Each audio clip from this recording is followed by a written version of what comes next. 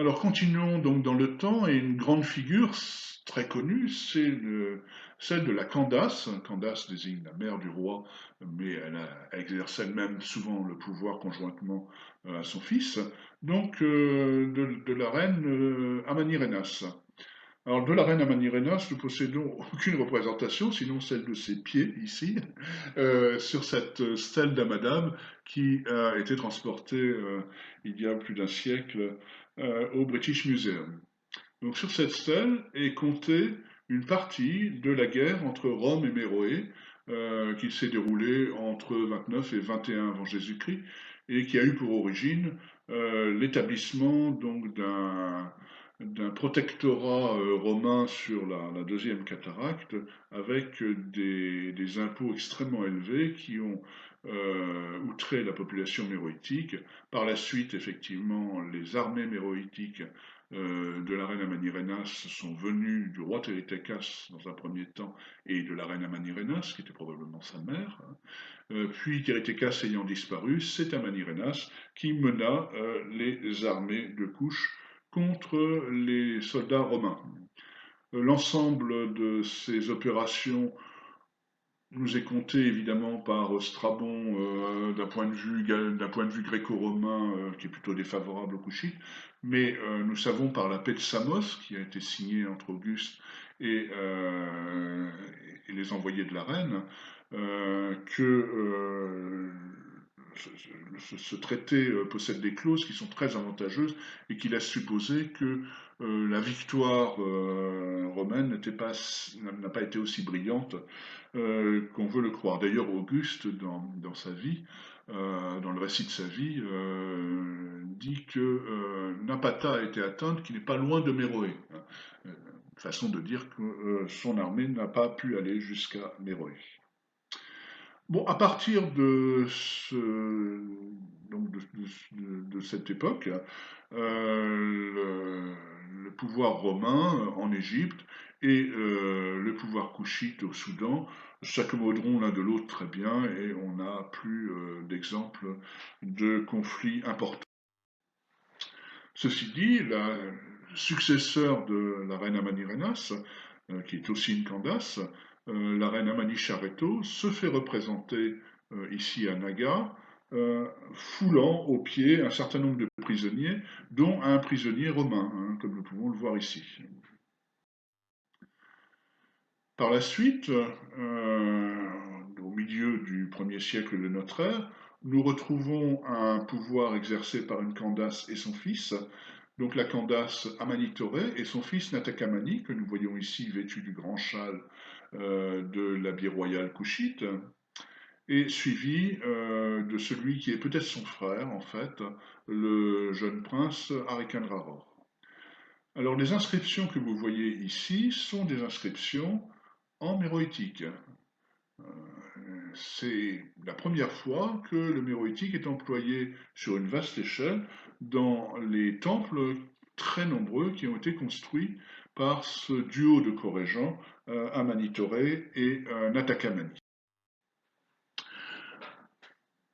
Leur succédera très probablement le roi Amanach-Arekerema, qui est connu également, depuis assez peu de temps d'ailleurs, par de nombreux temples et constructions. Ici, le temple 200 de Naga, dont la publication va se faire tout prochainement, avec un chapitre sur les inscriptions que j'ai écrit. Ce roi est donc un roi important, même si pendant très très longtemps il a été totalement ignoré parce qu'on ne possédait presque rien de lui. Cela vous montre à quel point les progrès dans le domaine de la connaissance de couches sont récents et se font à un rythme relativement effréné. Vers 330 après Jésus-Christ, le royaume de Méroé s'effondre sous les coups d'une part des rois d'Aksum, les rois justes avant Ezana, et Ezana lui-même, qui est intervenu une fois que le royaume était déjà en déliquescence. Mais les rois d'Aksum ne restèrent pas sur Méroé, bien qu'ils considèrent que Couche maintenant fait partie de leur possession dans leur texte.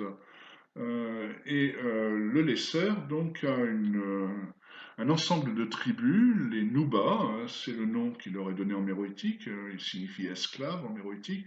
Évidemment, ce n'est pas leur nom, le nom par lequel ils se désignent eux-mêmes, mais le terme va passer en grec et finalement, cela donnera ce terme de Nubien, puis de Nubie, qui, leur est donné, qui est donné aujourd'hui donc au peuple du nord du Soudan et qu'ils ont fini par accepter.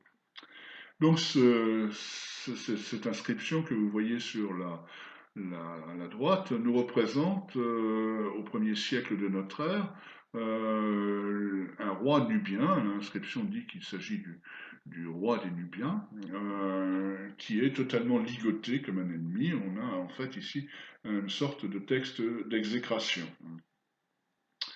Donc les Nubas vont envahir l'ensemble de ce royaume qu'ils convoitaient depuis très longtemps. On a des mentions extrêmement nombreuses de combats contre les Nubas dans les derniers siècles d'existence de Méroé et y établir un certain nombre de principautés. Le méroïtique va disparaître progressivement. Voici ce qui est probablement la dernière inscription, du moins qui a pu être trouvée. Elle se trouve sur le Mamisi du temple d'Isis à Philae, tout à côté de la dernière inscription démotique, donc la dernière inscription en égyptien, qui est datée de 452. Donc il y a quelques possibilités qu'elle soit datée de la même époque, puisqu'elle est écrite par un personnage qui porte le même nom que celui qui a inscrit la dernière inscription en démotique. Il s'appelle Smet, Ismet en égyptien, et Sméti en méroïtique. C'est probablement un méroïte.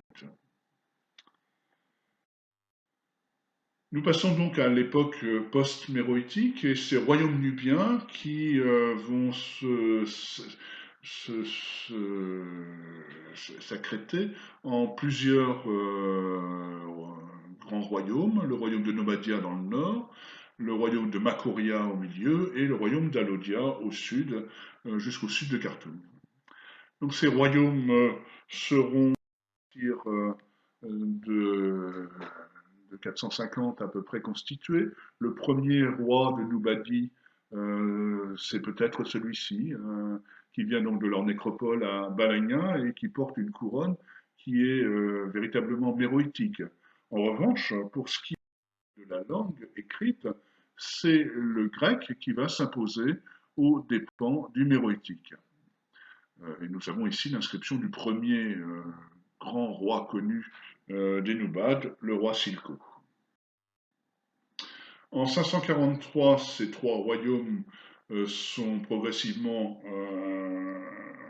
convertis au christianisme. 543, le royaume du nord. 570, le royaume d'Alodia au sud.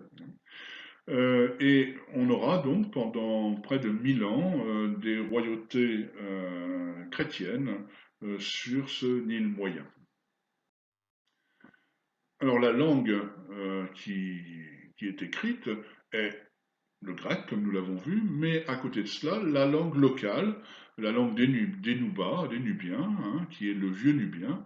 Et vous voyez ici une lettre qui vient de Kasribrim, du gouverneur de Nobadie, puisque cette époque, la Nobadia est tombée dans l'escarcelle de Makuria et n'est plus qu'une province de ce royaume, mais où exerce un vice-roi, successeur des vice-rois de Nubie de l'époque méroïtique et des vice-rois de Nubie de l'époque de la colonisation égyptienne.